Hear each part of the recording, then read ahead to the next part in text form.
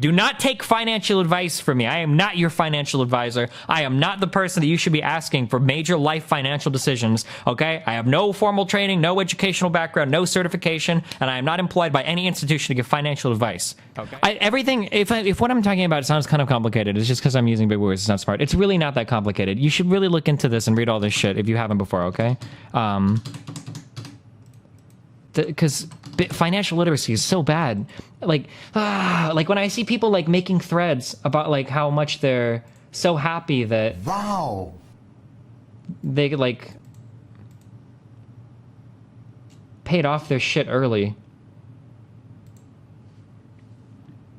One extra mortgage payment per year knocks off 7 years. Yeah, but one extra mortgage payment being thrown into like a fucking ETF that's getting you fucking 10% returns on the market for 30 fucking years. 30 fucking years. 30 years. People have a bad concept of what time means. Time is not something that's easily graspable to the human mind. $1,000 is a lot of money, or what will sound like a lot of money, but when you say $1,000 over 30 years, people don't really have a concept of what does that mean, $1,000 over 30 years? I don't know, $1,000, 30 years, what does that mean, okay? Let's look. If we were to invest $1,000, okay, and annually, let's say that we had no money, we'll just say no money to it, and we let this money grow for 30 years, and we'll say that we only give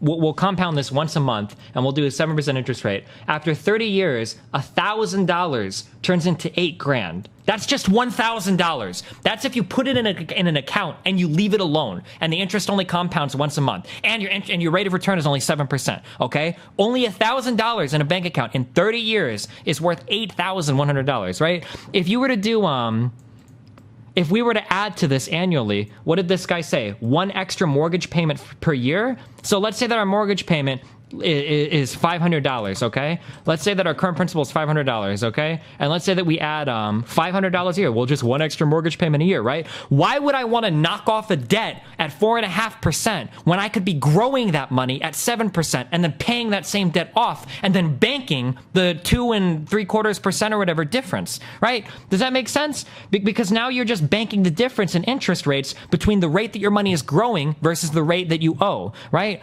Now, if we compound our interest once per month, or once a month, every year, and we put in one extra mortgage payment a month or a year, right? Just one extra $500 thing a year, and we only grow our money at 7%. That $500 fucking thing that you add $500 a year to will become $55,000 fucking dollars in 30 years. That's like half of another fucking house.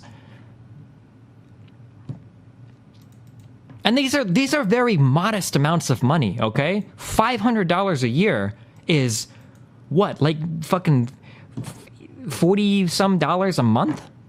What is it, like $42 a month?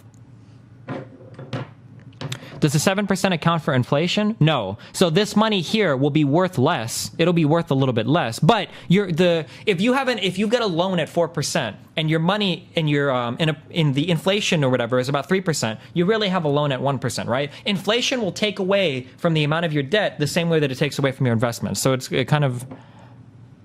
Nah, Destiny, nah, I'll give up 2% interest for financial security. Less risky debt. Listen, dog, if the markets fucking collapse, okay, then you probably have worse things to worry about than your fucking home loan, okay? Can you get multiple mortgages at once? Yeah, sure, dude, I got 2 right now.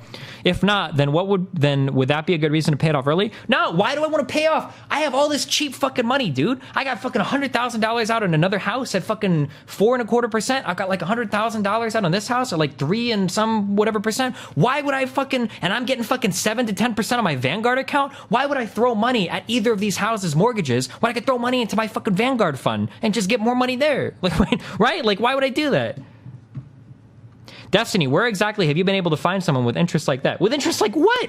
The fucking home loan, dog. What is the federal funds rate? This shit is fucking free money.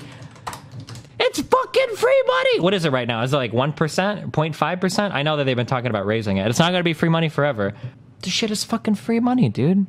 Destiny, I am a retarded 17-year-old, so maybe you can help me. Why is debt good? If you wait on paying $100,000, you'll pay more over time. Why not get it over with? Thanks. Okay, so I just explained why you wouldn't pay it off early. So businesses and intelligent people use debt. You leverage debt to make money that you wouldn't be able to otherwise. That's the point of debt. That's the difference between rich people and poor people. Rich people use debt to increase their earnings, okay? Poor people use debt to compensate for a lack of income and then to further fuck themselves. Poor people manage debt incorrectly, and it always, well, not always, but the majority of the time it ends up hurting them.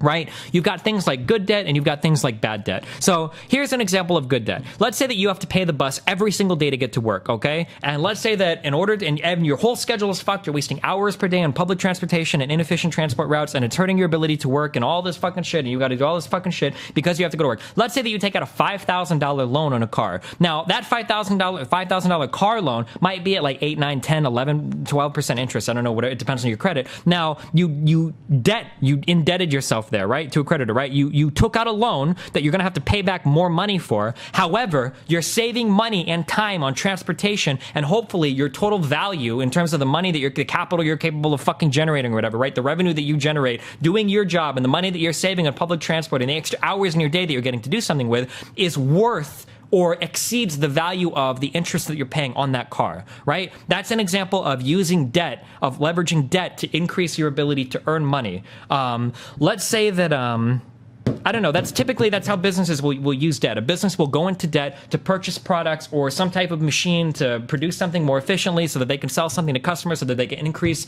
their earnings, and then they pay off the debt that they accumulated, but that's always a good thing for them, right? What type of ETF do you use? I just do stock ETF. All my ETFs are in the S&P 500, I think. Like the really broad, boring funds. Destiny, to be honest, it sounds like you read up on the Foursquare scam when buying a new car, and that's all you know about finances. Paying off debt early is always good. There are almost zero investments that earn you more than you. A 7% return is insane and extremely rare, and you only find that in really abstract online banks? I'm not even going to ban you, because everything you're saying is so wrong that you must be like a perfect troll. Oh wow, logs is, oh there it is.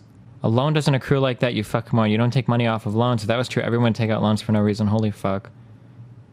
You don't get money from loans, you get credit. You lose money on loans. The value of interest always exceeds the value of the dollar over time. You realize that in countries that experience hyperinflation, that's not necessarily true, right? Low monthly payments and large down payment are completely separate things. One is good and one is bad. I like how you call my name out on stream and I completely ignore every comment. What? You usually make a larger down payment to get lower monthly payments because your monthly payments are calculated based on your remaining principal and the interest rate that you have to pay on said principal. Sometimes you make a larger down payment for a lower interest rate, but every time you make a larger down payment, you're going to have a lower principal, and a lower principal means less monthly rates. And there's also less shit for the interest to accrue on, which means lower monthly rate. What? Wait, do you want to talk on TeamSpeak? Hold on, because if you're a real retard, if you actually believe the things you do, always condition 0. Do you want to get on TeamSpeak or Skype, dog? Do you actually believe these things? No, I'm not actually sure. I wonder what my rate of return is on my shit. The markets were really shit last year, dude. I'm not gonna fucking lie. The S&P, the every market was pretty shit last year. Maybe for the last 2 years. We've been moving sideways for a long fucking time. Isn't there a way to, on Vanguard, that it'll tell you your rate of return since you invested? All right, bye. Remember to hit that like and subscribe, and don't forget the notification bell so that my videos show up right in your feed.